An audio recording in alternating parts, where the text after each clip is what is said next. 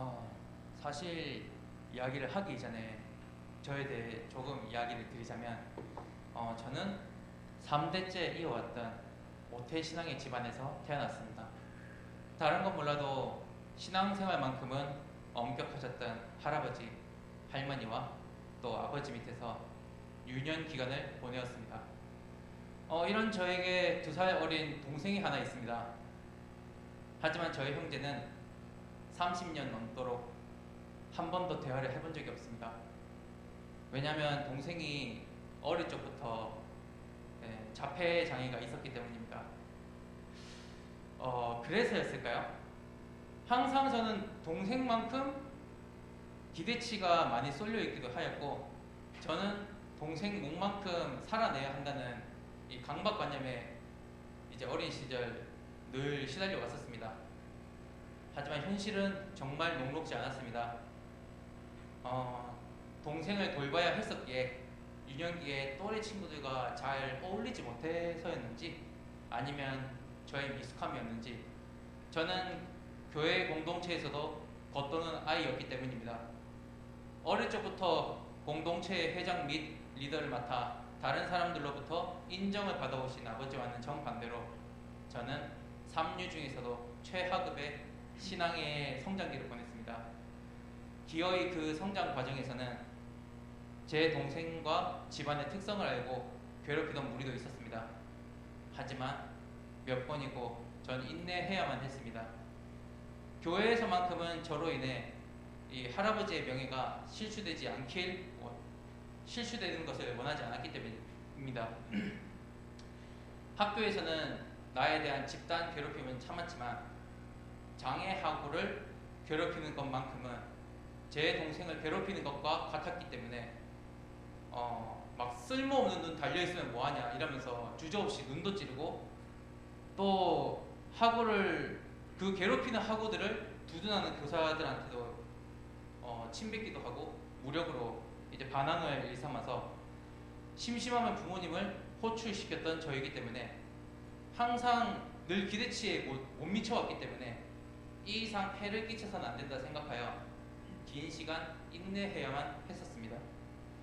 그런 저에게 기도 제목은 늘 한결같았습니다. 교회라는 곳에서 나와 함께할 것을 허락해달라고. 허나 그 기도는 이루어지지 않았었습니다. 기도의 응답 대신 저에게 돌아온 건 끝없는 고독과 분노였습니다. 끝없는 고독과 분노를 안고 긴 시간 떠돌다가 28살의 나이에 뒤늦게 입학한 음악대학교에서도 나이 많은 공고생 출신이란 이유로 반달의 대우를 받으며 오디션 등등의 경합에서 이겨도 자존심 강한 예고 출신 학우들에게 교수들에게 잘 보여서 낙하산 잘탄 케이스라는 등의 오명을 받아야만 했습니다. 뿐만 아니라 스승조차도 저를 차별하여 콩쿨 참가 등등 경험을 쌓는 이런 행동을 막아섰습니다. 다름이 아닌 자신의 명예가 실추될 수 있다는 이유 하나 때문이었습니다. 자리를 잡아야 하는 저에게는 그 경험이 매우 간절하였는데 스승이라는 자가 그걸 막아섰으며, 작년에는 오디션에 붙고도 사회적 상황으로 인해 참 붙고 나서도 떨어져 나가는 참담한 경험도 하여 궁지에 몰려 하나님께 또 나를 속였다 라는 강한 원망과 분노를 표출하였었습니다. 그런 제가 살면서 성경 필사를 하겠다고 뛰어들 줄은 정말 몰랐습니다. 죽어도 새벽기도 같은 건 안 하겠다고 버티던 저였는데 이 신앙교회에 와서 작정 새벽기도를 드리겠다고 결심하고 강의가 없는 날 새벽 3시에 일어나 대연동에서 걸어와서 새벽기도를 드린 것도 믿기지 않지만 시간이 지날 때마다 한 단계씩 저의 한계를 뛰어넘는 것이 정말 놀라웠습니다. 필사를 할 때는 한계 상황에 몰려 있었습니다. 그 많던 기간을 놓치고 한 달도 남지 않은 기간 안에 끝내야 할 정도로 많이 밀려 있었다 보니 마음도 급했고 근무도 많이 있는 시기라 참 쉽지는 않았습니다. 고등학교 이후 장시간 볼펜이란 걸 잡은 적이 거의 없다 보니 필사할 때 손이 정말 아프더라고요. 시작은 늘 그렇듯 속으로 참 불평하면서 그리고 하나님께 겁박하면서 적다시피 한 것 같습니다. 제가 맡은 분량을 놓고 나누고 싶은 이야기가 참 많지만 가장 깨달음을 깊게 받은 이야기는 달란트 비유와 베드로 이야기였습니다. 어릴 적에 참 많이 들었던 달란트 비유였는데 성경을 통해서 본 말씀은 더 깊고 색다르게 다가왔습니다. 어리석은 종과 지혜로운 종의 차이는 주인의 뜻을 헤아리고 충성하는가의 차이이기도 하였지만 용기와 객기의 차이로도 보였습니다.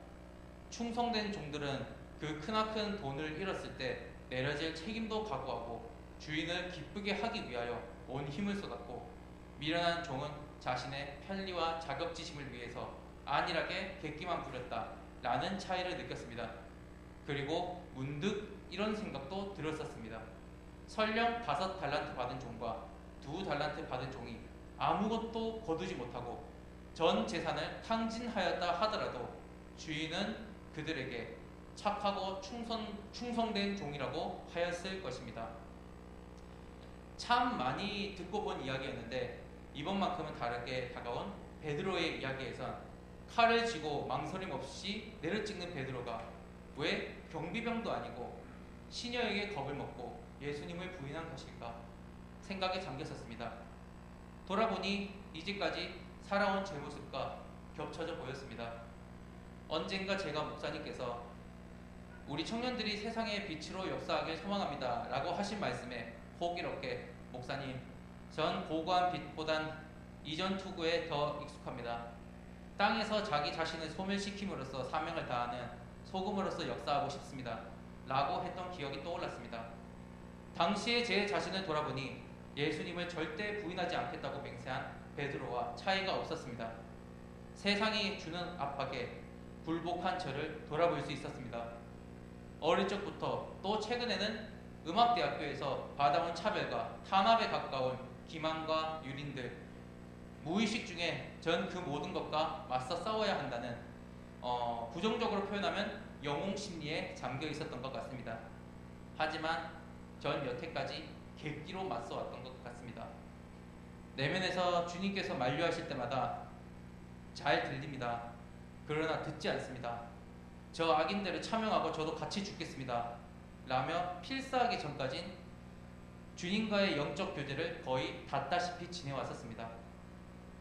하지만 이루었고 탄압받는 것은 익숙하다고 느꼈던 저도 이 신함의 공동체라는 곳에서 신앙인으로서 1인분을 한다는 것, 그것을 잃는다는 것이 너무나도 두려워 금세 주저앉았던 것입니다. 칼을 뽑았던 뱃사람으로서 객기를 부렸던 베드로가 주님을 부인하며 주저앉은 것처럼 그랬던 저에게 하나님께서 필사 속 내용을 통해 용기와 객기의 차이를 말씀하셨던 것 같습니다. 제가 깨달은 용기란 두려움을 안고 넘어서는 것이 진정한 용기라고 생각합니다. 베드로가 자신의 두려움을 인간으로서의 한계를 받아들이고 각성하여 용기의 상징과 같이 된 것처럼 두려움을 안고도 넘어설 수 있는 힘을 주님께서 보태어 주십니다. 제겐 꿈이 있습니다. 예능계에 종사하는 이들이 기만자와 압제자들에게 유린당하지 않고 무대에서 관중들을 압도하거나 매료하는 것이 아니라 무대에서 가장 자유롭기 때문에 관중들을 끌어들이도록 모든 예능인들이 자유를 누릴 수 있게 하는 체제를 구축하는 것이 제 꿈입니다. 모두가 행복할 수 없는 세상이지만 모두가 자유로울 수 있다고 믿습니다. 앞서 말했듯 저는 두려운 것이 너무나도 많습니다. 제가 자유를 논하기에는 분명 부족한 것도 참 많습니다. 하지만 그 부족함과 두려움을 하나님께서는 넘어설 용기를 주십니다. 미래의 자녀 하람이와 소람이가 자유로울 수 있도록 제가 소멸하는 날까지 최선을 다할 것입니다. 훗날 이런 필사의 기회가 있다면 꼭 도전하세요. 분명 공들인 시간에 갑절로 주님께서 깨닫는 은혜를 주실 겁니다. 이상입니다.